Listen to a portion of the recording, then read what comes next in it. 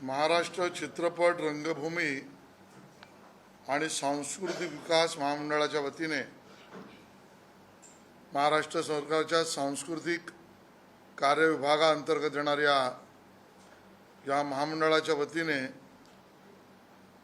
France येथील 78व्या कान आंतरराष्ट्रीय चित्रपट महोत्सवासाठी कान फिल्म फेस्टिवलसाठी 4 मराठी चित्रपटांची निवड करण्यात आलेली आहे। आणि ही बातमी एका अर्थाने सुवार्ता म्हणून मराठी रसिक, मराठी चित्रपट निर्माते, कलाकार आणि मराठी माणूस जगभरातला यासाठी आनंद देणारी आहे। 1939 मध्ये हा चित्रपट महोत्सव सुरू झाला। यामध्ये जे 4 मराठी सिनेमे आपण निवड केले त्यांची नावं मी आज या ठिकाणी घोषित करतोय। ज्यामध्ये पहिला सिनेमा आहे स्थळ, दुसरा सिनेमा आहे स्नो फ्लॉवर, तिसरा खालिद का शिवाजी। या 3 चित्रपटांची समावेश आपण त्या ठिकाणी कानमध्ये केला आणि यावेळेला विशेष निवड आपण अजून एका सिनेमाची केली, ते म्हणजे जुनं फर्निचर। आणि त्यामुळे या 78व्या कान चित्रपट महोत्सवासाठी 4 मराठी सिनेमे घेऊन आपण चाललो आहोत। त्याची निवड महामंडळाने केली, ज्यामध्ये स्थळ, स्नो फ्लॉवर, खालिद का शिवाजी आणि जुनं फर्निचर। 14 ते 22 मे दरम्यान हा महोत्सव होणार आहे। आणि आपल्याला सगळ्यांना माहिती आहे की 2016 पासून आपण या कान फिल्म फेस्टिवलमध्ये मराठी सिनेमा घेऊन जातो आणि मराठी चित्रपट आंतरराष्ट्रीय स्तरावर पोहोचावा। जागतिक सिनेप्रेमींना सुद्धा मराठी चित्रपटाची भुरळ त्या ठिकाणी झालीच पाहिजे, ही सरकारची भूमिका आहे। मला या ठिकाणी याचाही उल्लेख करावा लागेल की ही भूमिका मराठी माणसाच्या, मराठी सिनेमाच्या विषयाची 2016ला भाजपचं आणि देवेंद्रजींचं सरकार होतं तेव्हापासून सुरू झालेली आहे।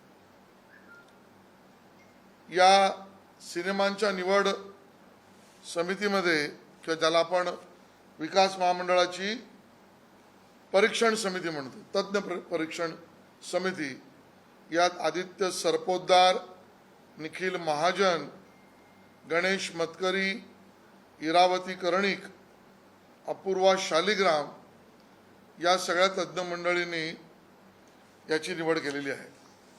थोडक्यात सांगायचं झालं तर स्थळ हा सिनेमा भारतातील पारंपरिक अरेंज मॅरेज व्यवस्थेवर एका अर्थाने प्रकाश टाकणार आहे। मग समाजात खोलवर रुजलेली पितृसत्ताक पद्धत, रंगभेद, सामाजिक दृष्टिकोन या सगळ्या गोष्टी चित्रपटामध्ये प्रकर्षाने दिसतात। सचिन पिळगावकर यांनी या चित्रपटाचे पुरस्कर्ते म्हणून काम केलंय, म्हणजे पुरस्कर्ते आहेत। अभिनेत्री नंदिनी चिकटे या मुख्य भूमिकेत आहेत। जयंत सोमलकर यांनी या चित्रपटाचं दिग्दर्शनाची धुरा सांभाळली। असा स्थळ कान फिल्म फेस्टिवलमध्ये आता दाखवला जाईल। दुसरा सिनेमा जो आहे तो स्नो फ्लॉवर, खऱ्या अर्थाने मार्मिक क्रॉस कंट्री कथा आहे। म्हणजे रशिया आणि कोकण 2 वेगळ्या संस्कृतींना जोडणारा हा चित्रपट आहे। बर्फाळ सायबेरिया आणि हिरवेगार कोकण, आणि या विरोधाभास पार्श्वभूमीवर हा चित्रपट रंगवला आहे। गजेंद्र अहिरे यांनी याचं दिग्दर्शन केलंय।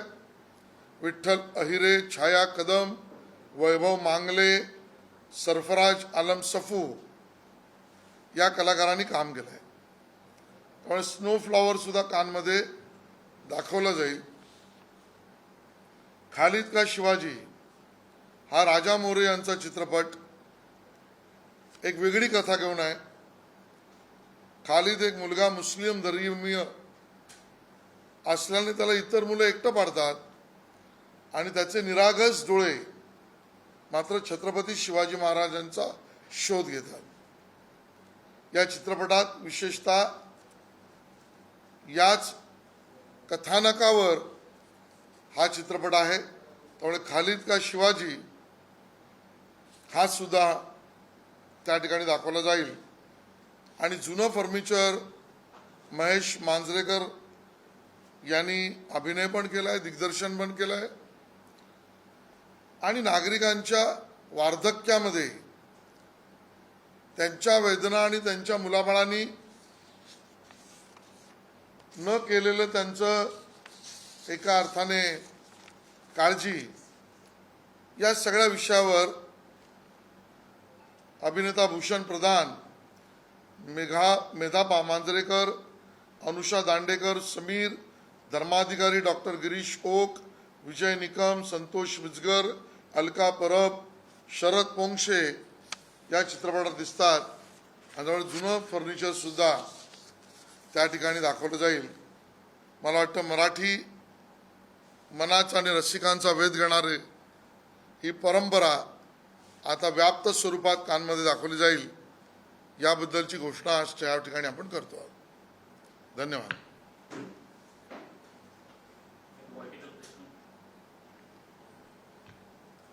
आवश्यक असेल तर विचारा, अनावश्यक असेल तर नका विचारू.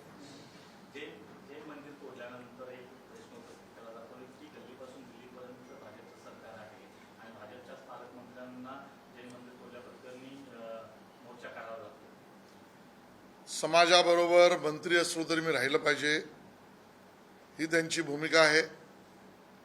योग्य गोष्टींसाठी मी जनतेमध्ये राहिलं पाहिजे, ही त्यांची कार्यपद्धती आहे.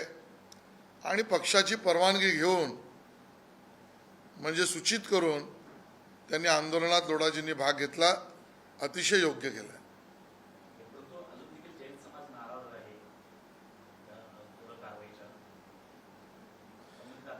त्यामुळे संबंधित ज्यांनी चुकीचं पाऊल टाकलं असेल त्याला दंडित करण्याची त्या ठिकाणी सरकारची भूमिका आहे.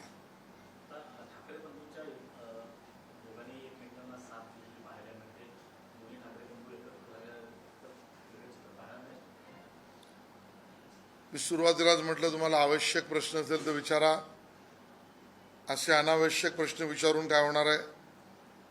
त्या दोघांचा प्रश्न आहे, त्या दोघांनी ठरवावं. नाहीतरी पारिवारिक पक्ष आहेत, आंतरकलह परिवार माझा मधलाच होता, त्याने आपापसात ठरवलं तर त्यांना लक लाभ, त्यांना शुभेच्छा.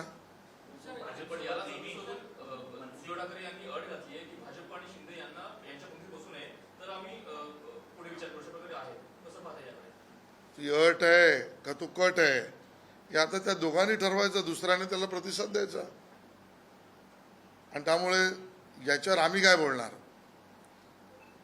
एकाने साथ घातली, दुसऱ्याने अट घातली, पण ती अट आहे की कट आहे त्या दोघांनी ठरवावं. साहेब, हा प्रश्न यासाठी महत्त्वाचा आहे कारण लोकसभेला राज ठाकरेंनी भाजपला बिनशर्त पाठिंबा दिला महायुतीला, विधानसभेला तुम्ही अमित ठाकरे यांना प्रत्यक्षरित्या बळ दिलं, मात्र एकनाथ शिंदेंनी त्या ठिकाणी त्यांच्या विरोधात उमेदवार टाकून कुठेतरी त्यांचा पराभव केला.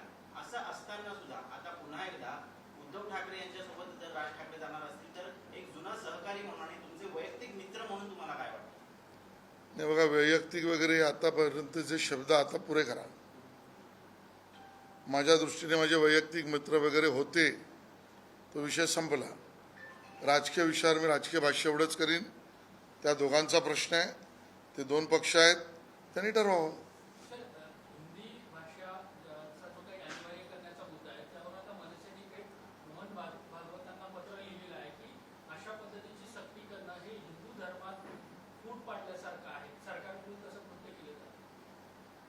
मला मोहनजींच्या बद्दल आणि मोहनजींच्या वतीने उत्तर देण्याचा अधिकार नाही.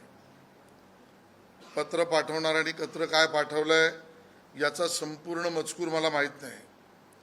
आमच्या दृष्टीने विषय साधा सरळ आहे, सक्तीचा विषयच नाही आहे. मराठी भाषेचा सन्मान या सरकारने भाजपने वाढवला.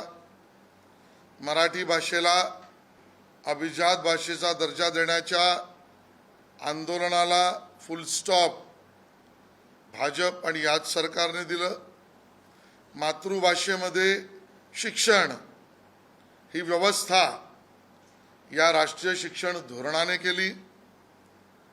बरोबरीने त्रिभाषा सूत्री याची आवश्यकता 2.5 वर्षाच्या खल चर्चा त्यातले तज्ञ या सगळ्यांच्या नंतर आलेली आहे.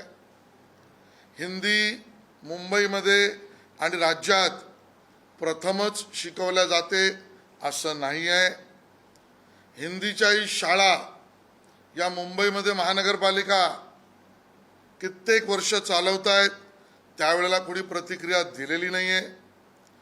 मुंबईमध्ये आणि राज्यामध्ये हिंदी भाषा शिकणारी मुलं 5वी ते 10वी आहेत, हे नवीन नाही आहे. अगोदरच्या वयातल्या मुलांना शिकायला तिसरी भाषा हिंदी सोपी आणि आवश्यक संपर्क सूत्रामुळे वाटते, हा तज्ज्ञांचा अभ्यासकांचा रिपोर्ट आहे. या रिपोर्टचा आधार संस्कृत, मराठी, हिंदी यांचे शब्दवळण याची साम्यता असल्यामुळे या वयातील मुलांना ते शिकणं सोयीचं आहे. आणि अशा सगळ्या अभ्यासानंतर जो विषय आला त्या विषयावर कुठेच मराठीची गळचेपी, मराठीचा अपमान हा आता विषय राहिलाच नाही. मग विषय काढायचा ते हिंदीच्या सक्तीचा. हा सक्ती नसून देशभराच्या संपर्क सूत्राची भाषा आहे. मी तर म्हणेन, होय आमचा महाराष्ट्र देशभर आम्हाला पोचवायचा आहे, तर देशभर कळेल त्या भाषेतच आम्हाला पोचवावं लागेल. जर माझ्या तुळजाभवानीचं महत्त्व सांगणारं पुस्तक गुवाहाटीला मला सांगायचं असेल तर माझीच मुलं हिंदीमध्ये ते सांगू शकतील किंवा सांगितलं पाहिजे. माझ्या छत्रपती शिवाजी महाराजांची महती तामिळनाडूपर्यंत सांगायची असेल किंवा उत्तर प्रदेशला सांगायची असेल, माझ्या मुलांनी हिंदीत तो समजवला तर माझा महाराष्ट्र पोचणार आहे. आणि त्यामुळे महाराष्ट्र पोचवण्यासाठी ही संपर्क भाषा हा एवढा विषय आहे, ज्यांना तो पोचावा किंवा पोचू नये याच्यावरची मतं मांडण्याचा त्यांना अधिकार आहे. काल उद्योगांनी टीका केली की जर असं असेल तर घाटकोपरमध्ये देखील मराठीची सक्ती करण्यात येईल, ज्या ठिकाणी मग आहेच की मुंबईत मराठीत बोललंच पाहिजे. राजकीय हेतूने टीका करणं आणि तेही कुठल्या आधाराविना याचं मूर्तिमंत उदाहरण म्हणजे उद्धवजींचं भाषण असतं. घाटकोपरमध्ये मराठी माणूस मराठी बोलत नाही का? घाटकोपरमध्ये अमराठी माणसानेही मराठी समजून घेतलंच पाहिजे ना. आणि राज्याची ती भूमिका आहे. मराठी भाषा कंपल्सरी अनिवार्य ज्या वेळेला केली शालेय शिक्षणामध्ये, त्यावेळेला ओरडणारी लोक कोण होती ही जरा शोधा. त्यातलीच काही लोक आता यांची सहकारी म्हणून लाल बावटा ते हाताचा झेंडा घेऊन फिरतायत. आणि त्यामुळे त्याला मराठीला विरोध करणाऱ्यांच्या बरोबर ही मंडळी आता हिंदीच्या विषयात बोलतायत. अधिष्ठान कोणाला आहे कोणाबद्दल बोलायचं? आणि त्यामुळे भाषा जोडते, भाषा तोडत नाही. तात्यावरच्या सल्लागार समिती राज्य सरकारच्या आहे, त्यांनी देखील हिंदीच्या सक्तीला विरोध केलेला आहे. त्याच्याबद्दल मुख्यमंत्र्यांना प्रत्येकाला आपलं मत मांडण्याचा अधिकार आहे. मतांतर असतील, त्याचा सर्वंकष विचार करून निर्णय घ्यायचा असतो. तो सर्वंकष निर्णय घेतलाय. मला यांच्यापैकी कोणी उत्तर देईल का माझ्या मराठी मुलांनी किंवा महाराष्ट्रातल्या मुलांनी उद्या राष्ट्रीय स्तरावरच्या परीक्षा, नोकऱ्या, UPSC आणि अन्य महत्त्वाच्या पदावर देशभरात काम करायला जाऊच नये, त्यांना ही संपर्क सूत्राची भाषा कळूच नये, त्यांना अन्य राज्यात महत्वाच्या पदांवर जाण्याची संधी मिळूच नये, असं का वाटतंय? आणि त्यामुळे स्पर्धा परीक्षा असो, नोकरी परीक्षा असो, अन्य ठिकाणी माझी मुलं का मागे पडावीत, याचाही कुठेतरी विचार झाला पाहिजे. छगन भुजबळ यांनी म्हटलेलं आहे की मराठी कुटुंब ठाकरे कुटुंब एकत्र असतील तर इतर कुटुंबियांनी देखील एकत्र यावं, म्हणजे पवार कुटुंबियांनी तशा प्रकारचं रोहित पवार यांचं देखील मत आहे. पवार अशी कुटुंब सगळ्यांनी आपापल्या कुटुंबात सुखीच राहावं, आमचं काही म्हणणं नाही. आणि तो आनंदाचा विषय आहे. माझे कुटुंब माझी जबाबदारी, यातून काहींनी बाहेर यावं आणि माझं एकत्रित कुटुंबाचा विचार करावा, याच्याबद्दल आम्हाला काय त्रास व्हायचा मुद्दा आहे? आम्ही संघ परिवार म्हणून एक कुटुंब आहोत, ते आम्ही तसेच आहोत, तसेच राहू. महायुती म्हणून कुटुंब आहोत, ते तसेच पुढे राहू. बाकीचे पारिवारिक कुटुंब जे आहेत त्यांनी एकत्र राहिल्यात आम्हाला आनंद आहे. या संभाव्य ठाकरे झाल्या तर येणाऱ्या महानगरपालिकेच्या निवडणुकीत भाजपसमोर आव्हान आहे असं मला वाटतं. आता याच्यावर मी राजकीय भाष्य आज करणार नाही. घटना कशा घडतायत ते बघू. साध का तो फार्स, अट का ती कट, या सगळ्या गोष्टी उलगडायच्या आहेत आणि त्यामुळे याच्यावर आज आम्ही भाष्य करू इच्छित नाही. राजकीय भाष्य करण्याची वेळ नाही. निवडणुकांच्या बाबतीतलं आमचं काम तर सुरूच झालंय. दोन्ही ठाकरे एकत्र येत असल्याच्या चर्चेनंतर आता काँग्रेसचे भाई जगताप म्हणतात की आम्ही आता स्वतंत्र नव्याचा घटक असले म्हणतात की भाई जगताप आम्ही आता स्वतंत्र लढायला पाहिजे, काँग्रेसनं आपली ताकद दाखवावी. आणि मला असं वाटतं की काँग्रेसने काय करावं त्यांचा प्रश्न आहे. मनसे आणि उबाटा सेना यांनी काय करावं हा त्यांचा अंतर्गत प्रश्न आहे. आम्ही आमच्या कामाला महायुती म्हणून लागलो आहोत. आम्ही सर्व घटनांवर आणि सर्व वक्तव्यावर बारीक नजर ठेवून आहोत. देवेंद्र फडणवीस यांच्या ओठात एक आणि पोटात एक असतं असं संजय राऊत यांनी म्हटलेलं आहे आणि त्यांच्या मनामध्ये उद्धव ठाकरे आणि राज ठाकरे यांनी एकत्र येण्याचा निर्णय काय? संजय राऊत नाही, मला कोणाच्या ओटात पोटात काय आहे हे वक्तव्य करणाऱ्या संजय राऊत यांना देवेंद्रजींच्या मेंदूत काय आहे हे कळण्या एवढं काय गुपित ज्ञान त्यांना नाही आहे. देवेंद्रजींनी कालच प्रतिक्रिया दिली आहे. दोघंही एकत्र येत असतील तर आम्हाला आनंद आहे. आज मी तेच म्हटलेलं आहे. राजकीय याच्यावर योग्य वेळेला भाषण करू.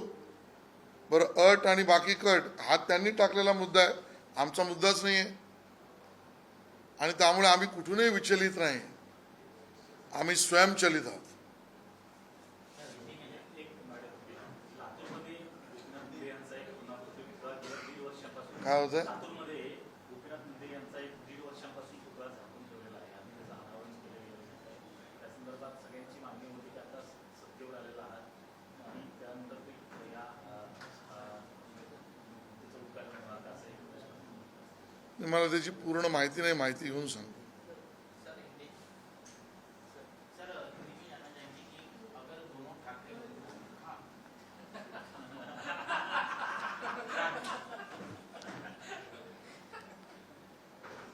महाराष्ट्र सरकार के सांस्कृतिक कार्य विभाग के अंतर्गत महाराष्ट्र चित्रपट रंगभूमि सांस्कृतिक विकास महामंडल की तरफ से 2016 से जो परंपरा हमने शुरू की वो मराठी फिल्मों को अंतर्राष्ट्रीय इंटरनेशनल फोरम पर लेके जाना, उसी गतिविधि में इस साल के 78वें कान फिल्म फेस्टिवल में 4 फिल्मों का चयन हमने किया है.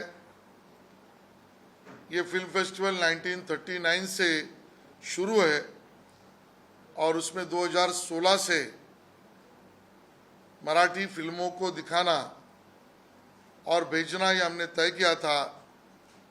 इसमें इस साल स्थल, स्नोफ्लावर, खालिद का शिवाजी और जूना फर्नीचर ये फिल्में 14 से 22 मई में कान में फिल्म फेस्टिवल में दिखाई जाएगी। कल्पना तो यही है कि मराठी फिल्म और मराठी संस्कृति पर दुनिया भर के लोग आकर्षित हो, हमारी क्रिएटिविटी को अप्रिशिएट करे और मराठी फिल्म वहां तक पहुंचे। उस कारण ये चारों फिल्मों का चयन हमने किया है। सर, क्या दोनों ठाकरे भाई अगर एक साथ आते हैं तो महाराष्ट्र में राजनीतिक परिप्रेक्ष्य में आप इसे एक चुनौती मानते हैं महायुति के सामने? देखिए, उनका अंदरूनी मामला है,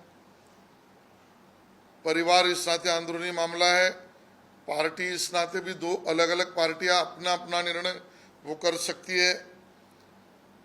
दो भाई अगर इकट्ठा आते हैं तो हमें अच्छा ही लगेगा, आनंद का विषय है।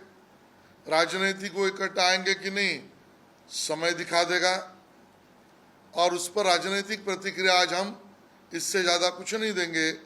उचित समय पर सभी घटनाओं पर बारीकी से ध्यान रखकर हमें और उचित समय पर अपनी बात कहेंगे। लेकिन जिस राज ठाकरे के साथ इतनी करीबी रिश्ता है और जिस राज ठाकरे को आपने विधानसभा में भी मदद की थी, वही देखिए भाई, मैं स्पष्ट कर दूं, ये रिश्ता और करीबी ये सब विषय पुराना हो गया। अब जो भी है वो राजनीतिक बात है, और उस दृष्टि से वो क्या करना चाहते हैं उनका सवाल है, मनसे का, और उबाटा सेना क्या करना चाहते हैं वो उनका विषय है। किसी ने किसी को आवाज दी और किसी ने किसी को कंडीशन डाली, ये उनका एक दूसरे को बातचीत का मामला है। आज हम इसके ऊपर एक परिवार साथ में आता है तो अच्छी बात है, इससे ज्यादा कोई प्रतिक्रिया नहीं देंगे। संजय राउत बोल रहे कि कुछ लोग चाहते हैं कि दोनों भाई साथ ना आए। इस संजय राउत उनका इशारा है। की जो मन की बात है वो दूसरे के नाम पर बोल रहे हैं। संजय राउत के मन में शायद होगा, जिसको पीलिया होती है उसको सब पीला दिखता है, तो संजय राउत के मन की बात वो दूसरे के नाम से क्यों बोल रहे हैं? उसके बाद जैन मंदिर मामले में वहाँ मंदिर बनाया जाए, फिर से सरकार परमिशन दे, इस तरह की उनकी मांग है। क्या कहेंगे, लोगों की नाराजगी दिखी थी, उनका कहना है जो भी कानूनन रास्ता है उस कानूनन रास्ते से जैन समाज के सम्मान की भूमिका, यही सरकार का निर्णय है। सर, नई शिक्षा नीति के तहत हिंदी को कंपलसरी किया गया, उसके बाद एमएनएस ने सड़कों पर उतरकर प्रदर्शन किया और अब मोहन भागवत को पत्र लिखा गया है, इस संबंध में क्या कुछ? देखिए, परम पूज्य सरसंघ चालक मोहन भागवत जी को पत्र में क्या लिखा गया है उसकी डिटेल मुझे नहीं पता, कि वो कह रहे हैं कि और परम पूज्य सरसंघ चालक मोहन जी के तरफ से मैं कोई वक्तव्य करूँ, ये मेरा अधिकार नहीं है। और इसके लिए इसके ऊपर मैं इतना ही कह सकता हूं कि जो बखेड़ा खड़ा करने का प्रयास किया जा रहा है उसकी सत्यता जानिए। राष्ट्रीय शिक्षा धोरण 3-4 साल के गहन चर्चा के बाद सभी राज्य और सभी राज्यों के दलों में उसकी बहस होने के बाद शिक्षा तज्ञ और शिक्षण इसमें काम करने वाले सभी स्टेक होल्डर से ओपिनियन लेने के बाद ये इम्प्लीमेंटेशन के लिए बढ़ा है। ये कल तय किया और आज आया, ऐसी बात नहीं। 3 भाषा, इस पर भी सभी स्टेक होल्डर्स और एक्सपर्ट्स की चर्चा हुई है। हम ये भी स्पष्ट करना चाहते हैं, विषय शक्ति का नहीं है। मराठी का सम्मान, मराठी को अभिजात भाषा का दर्जा और मराठी को बढ़ाना, ये मोदी सरकार और भाजपा ने ही किया है। महाराष्ट्र में भी मराठी अनिवार्य शिक्षा व्यवस्था में भारतीय जनता पार्टी ने किया है, हमारी सरकारों ने मित्र पक्षों के साथ किया है। 3 भाषा हिंदी मुंबई और महाराष्ट्र में इसके पहले से पढ़ाई जा रही है, नए से नहीं। मुंबई महानगर पालिका में तो हिंदी स्कूल दोनों भाई साथ में थे तब से चल रहे हैं, आज से शुरू नहीं हुए। और भारतीय भाषा संपर्क सूत्र के नाते अगर हमारे बच्चों को पढ़ाना चाहिए, ये सबका मोटा मोटी मत बन गया, उस आधार का ये इम्प्लीमेंटेशन है। और मेरे जैसे के मन में सवाल है कि मेरा महाराष्ट्र पूरे देश में प्रथा, परंपरा, इतिहास, संस्कृति समझाने में अगर हिंदी भाषा का उपयोग होता है तो उसमें गलत क्या है? अलग अलग राष्ट्रीय परीक्षा या अलग अलग राज्यों में अगर नौकरी या बड़े पदों पर मेरा महाराष्ट्र का या मराठी बच्चा या बच्चियां अगर जाना चाहती है, जा सकती है, उनको उपयोग हो सकता है, तो उसका भाषा का विरोध क्यों?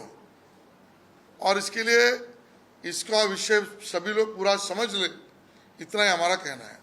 जैन मंदिर मामले में आदित्य ठाकरे ने ये कहा है कि वो वहाँ के बीएमसी अधिकारी पर कार्रवाई होती है लेकिन मंत्री पर कार्रवाई नहीं होती। मंत्री का क्या संबंध है? होनी चाहिए तो फिर उनको ये बताना पड़ेगा कि भाई आप स्वयं मंत्री थे, तब भी ये मामला कोर्ट में चल रहा था, आपने क्यों कुछ नहीं किया? बेतुक और बेताल्लुक बातें करना ये इनकी राजनीति है। Bollywood director Anurag Kashyap in दिनों चर्चाओं में है। उन्होंने ब्राह्मण को लेकर काफी विवादित टिप्पणी की है। आप क्या राज्य सरकार उनके खिलाफ भी किसी प्रकार की कार्रवाई? मुझे उसकी पूरी जानकारी नहीं है। सर, पश्चिम बंगाल में वक्फ संशोधन बिल को लेकर जो हिंसा हो रही है सब अवगत है।